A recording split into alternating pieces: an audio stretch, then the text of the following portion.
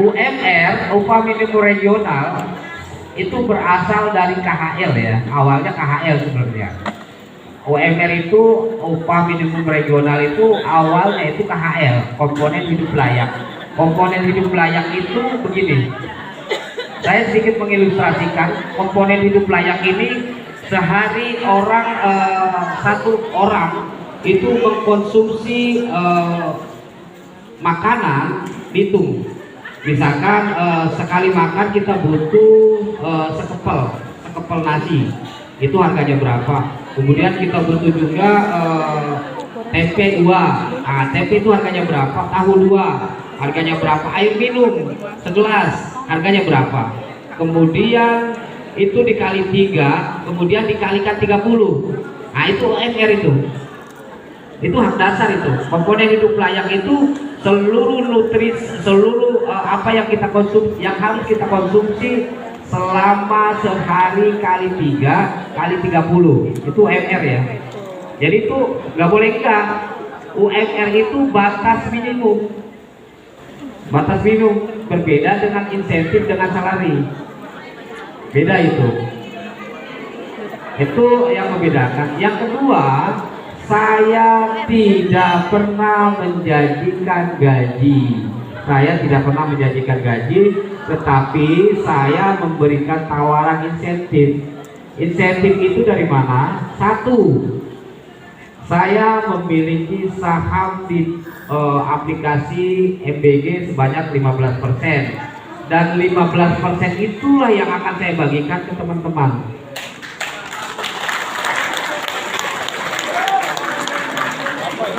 Itu satu. Kedua, ada aplikasi baru yang akan diluncurkan, yaitu aplikasi BRNR dengan KTA digitalnya. Dan saya inginkan porsinya lebih besar. Kalau bisa 80% bagi hasilnya punya kita. Jadi 80% dari saham itu akan saya bagikan ke seluruh anggota BRN secara sama di seluruh Indonesia. Yang ketiga adalah penghasilan dari e-commerce ya. Ayo, makanya saya ingin seluruh teman-teman di PAC, seluruh teman-teman di DPC, ayo manfaatkan e-commerce, itu bisa masukkan kita itu. Terus yang keempatnya cash bankpol. Meski kemudian agak rumit, cash bankpol ini begini. Apabila DPC mendapatkan uang kemitraan dari pemerintah, tolong dibagi rata untuk struktur. Kalau bisa jangan ada jatah ke DPW, ke DPP, jangan. Kalau bisa.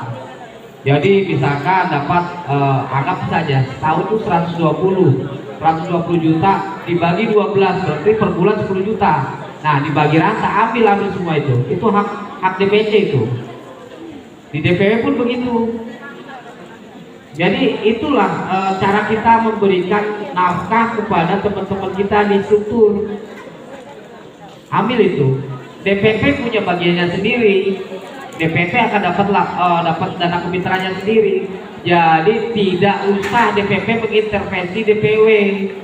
DPP pun tidak boleh mengintervensi keuangan dari DPC, tidak boleh. Ini yang kemarin saya agak beda dengan struktural DPP. Struktural DPP kemarin itu menginginkan seluruh uang masuk ke DPC, seluruh uang masuk ke DPW itu diakumulasi, dikumpulkan di DPP. Itu yang saya nggak suka. Saya bersikeras bahwa DPC punya haknya, DPW punya haknya, dan tidak bisa diintervensi oleh DPP. Keinginan struktur DPP kemarin adalah uang yang diambil, yang didapat dari pemerintah di DPC itu diserahkan ke DPP. Seluruh uang dana kemitraan yang didapatkan DPW itu akan diserahkan langsung di DPP. Jadi prosesnya DPC punya kegiatan proposal dulu ke DPP, baru di ACC, baru cair. Itu menurut mereka. Saya tolak tegas bahwa DPC punya otoritas untuk mengelola. DPW pun begitu. DPW dikasih uang dari pemerintah, silahkan kelola sebaik-baiknya. Jangan ada yang korupsi.